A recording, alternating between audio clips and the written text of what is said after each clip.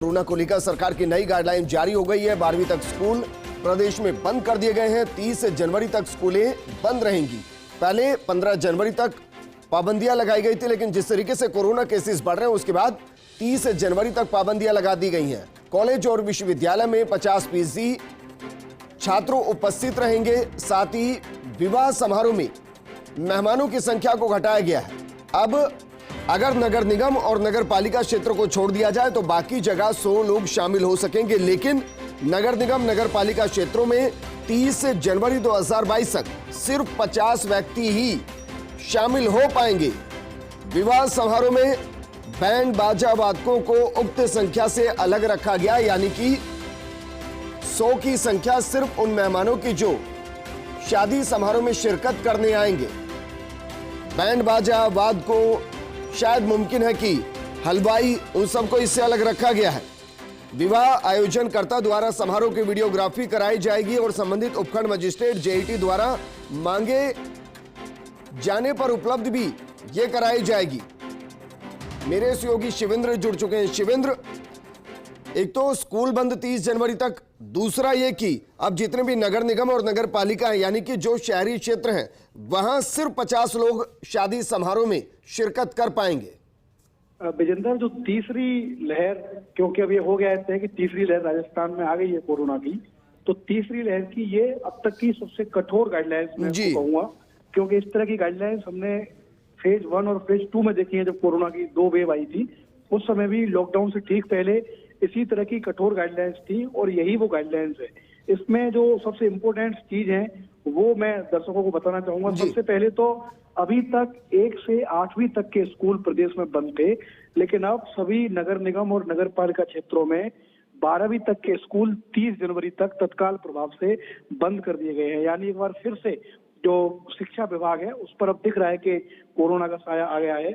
इसके अलावा जो प्रदेश की यूनिवर्सिटी है, कॉलेज हैं, उनमें विजेंद्र सिर्फ 50% स्टूडेंट्स को अनुमत किया गया है।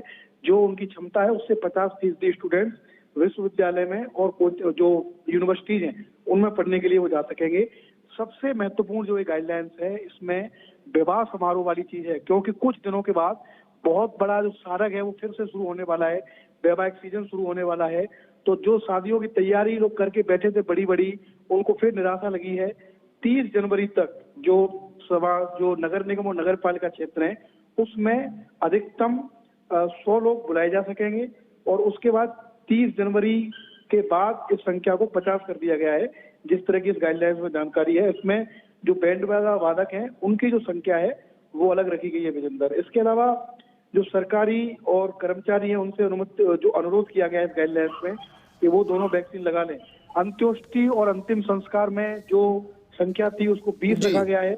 एक और जो बड़ी महत्वपूर्ण चीज है इस गाइडलाइंस में वो धार्मिक स्थलों के संबंध में है, जो कि क्योंकि राजस्थान में हम जानते हैं कि एक से एक बड़े धार्मिक स्थल मौजूद हैं पूरे देश के अलग अलग इलाकों से। राजस्थान में चाहे मेहदीपुर बालाजी हो, सालासर बालाजी हो, देशनोक का करणी माता मंदिर हो, खाटू श्याम हो, इतने बड़े बड़े जो मंदिर हैं, रामदेवरा हो, तो मंदिरों को लेके और जो धार्मिक स्थल है ख्वाजा साहब की दरगाह है अजमेर में, उनको लेके ये निर्देश है विजेंद्र के सुबह 5 बजे से लेकर रात के 8 बजे तक ही जो धार्मिक स्थल है वो खुल सकेंगे।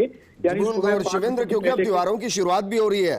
13 तारीख को लोहड़ी है, 14 तारीख को मकर संक्रांति है। सीधा निर्देश दिया गया है कि ओमिक्रॉन के बढ़ते संक्रमण को देखते हुए घर पर ही रहकर त्योहार मनाए जाएंगे। इसका मतलब यही निकाला जाए कि सार्वजनिक कार्यक्रम नहीं होंगे जो बड़े स्तर पर होते हैं। बिल्कुल, सरकार ने स्पष्ट कर दिया है कि आपको घर पर ही रहना है, क्योंकि जयपुर में मकर संक्रांति का हम देखते हैं विजेंद्र की बहुत बड़ा असर है। पूरा जो जयपुर है वो ऐसा लगता है कि छतों पर उमड़ गया है पतंगबाजी के लिए।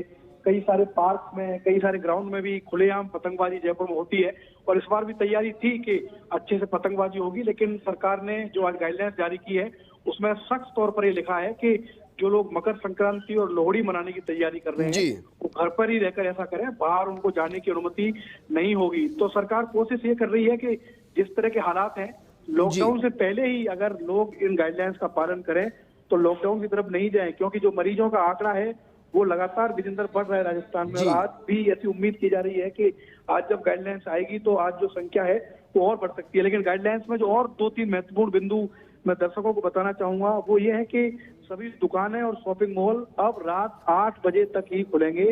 8 बजे के बाद शॉपिंग मॉल और दुकानें राजस्थान में नहीं खुलेंगी, क्योंकि बड़े बड़े